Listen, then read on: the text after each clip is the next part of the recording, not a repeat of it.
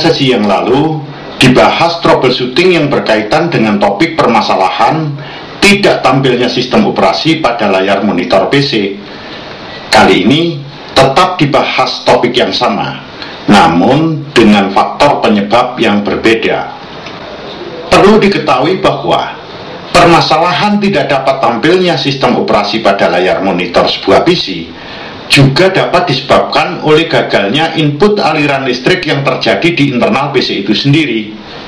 PC tidak dapat menerima atau merespon masukan listrik yang berasal dari sumber listrik dengan baik. Hal ini dapat disebabkan beberapa hal. Contoh kasus yang pernah terjadi. Seorang operator PC menggunakan UPS dengan tujuan bila sumber listrik padam, PC tetap bisa bekerja normal untuk sementara waktu. Saat mulai bekerja, si operator memulainya dengan cara meng-on-kan UPS, kemudian dengan segera meng-on-kan PC. Kurun waktu antara proses pengaktifan UPS dengan PC sangat singkat atau terlalu cepat. PC memang terlihat aktif bekerja, namun sistem operasi tidak mau muncul di layar. PC tersebut kemudian dimatikan atau di-off-kan. Selanjutnya, PC di-on-kan kembali. Hasilnya tetap sama. PC terlihat aktif bekerja, tetapi gagal menampilkan sistem operasi ke layar monitor. Walaupun proses mematikan dan mengaktifkan PC diulang beberapa kali, hasilnya tidak berubah. Sistem operasi tetap tidak dapat ditampilkan di layar monitor. Gejala kerusakan PC semacam ini dapat dijelaskan sebagai berikut. UPS atau Uninterruptible Power System adalah perangkat keras tambahan di luar PC yang berfungsi untuk menyimpan tenaga listrik dari sumber listrik dan menyalurkannya ke perangkat PC. Pada UPS, tenaga listrik disimpan pada baterai yang terdapat di dalam UPS itu sendiri. Saat sumber listrik padam, perangkat ini secara otomatis untuk sementara waktu tetap dapat menyalurkan tenaga listrik yang tersimpan pada baterai ke sebuah PC. Terdapat beberapa jenis atau tipe UPS. Salah satunya adalah tipe Passive Standby atau UPS level 3 offline. Umumnya, UPS tipe ini memerlukan waktu beberapa detik, kurang lebih 1 hingga 5 detik, agar unit baterai pada UPS benar-benar siap dan dapat mensuplai daya dengan sempurna ke sebuah PC. Bila UPS ini dipaksa mensuplai daya listrik sebelum waktu tersebut, yaitu 1 hingga 5 detik tadi, dapat mengakibatkan suplai daya tidak sempurna atau berdaya rendah, dan PC tidak dapat on secara sempurna.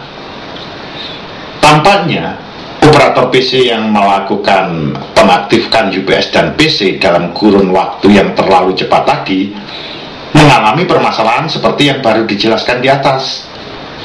Hasilnya, PC tidak dapat on secara sempurna.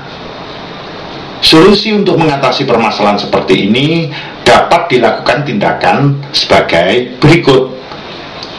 Matikanlah PC tersebut. Lepaskan kabel-kabel power atau kabel daya dari PC. Diamkan selama sehari penuh. Tindakan mendiamkan sehari penuh ini bertujuan untuk melepaskan memori singkat atau memori kekurangan daya atau daya rendah yang terdapat pada kapasitor yang ada pada motherboard dan akan membuatnya normal kembali. Kemudian cobalah untuk meng-on-kan lagi PC tersebut.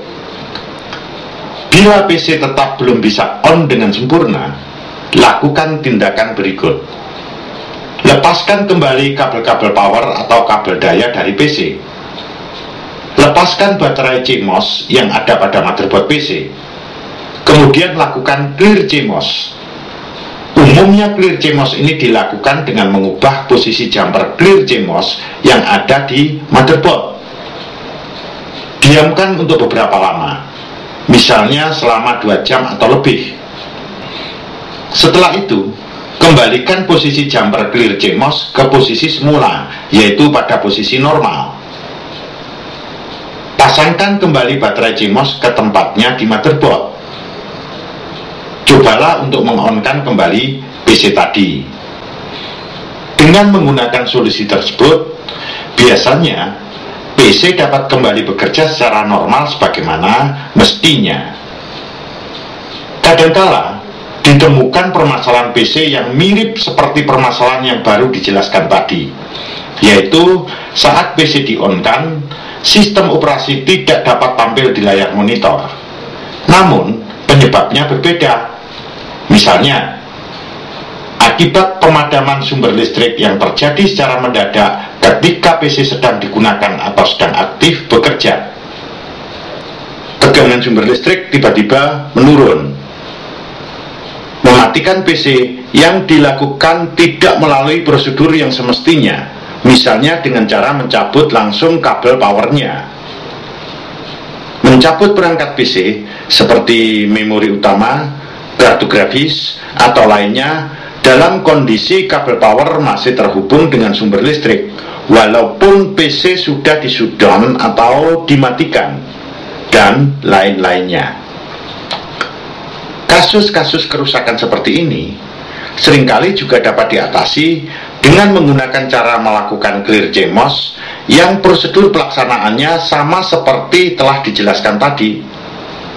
Kadang-kadang seorang teknisi PC melakukan clear CMOS hingga berhari-hari, baru kemudian PC dinyalakan kembali.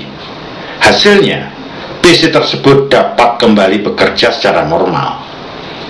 Perlu saya ingatkan di sini, bila Anda bermaksud melakukan clear CMOS untuk kurun waktu yang lama, lepaskanlah baterai CMOS lebih dahulu sebelum Anda melakukan clear CMOS. Hal ini dilakukan untuk mencegah agar tenaga listrik yang tersimpan pada baterai CMOS tidak habis. Setiap melepaskan atau memasang kembali perangkat keras pada motherboard harus dalam kondisi PC atau motherboard tidak terhubung dengan sumber listrik dan tidak terhubung ke jaringan komputer atau LAN berkabel. Pastikan bahwa PC benar-benar tidak tersambung ke sumber listrik manapun. Semoga penjelasan ini bermanfaat bagi Anda. Sampai jumpa pada sesi selanjutnya.